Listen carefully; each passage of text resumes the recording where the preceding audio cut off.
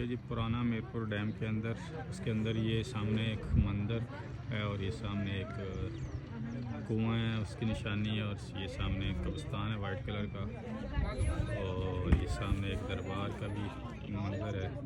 ये जब पानी आता है इसके अंदर होते हैं। और ये सामने पुल दूर आपको नज़र आ रहा है, ये नामुकम्मल है। ये मंगला डैम से क्रॉस करता हूँ मीरपुर को चकसवारी से मिलाने के काम आता है। इसमें अभी थोड़ा सा रहता है से नामुकम्मल। और ये यहाँ की जो है बावली, यानी पुरानी आप पानी का जो जरिया था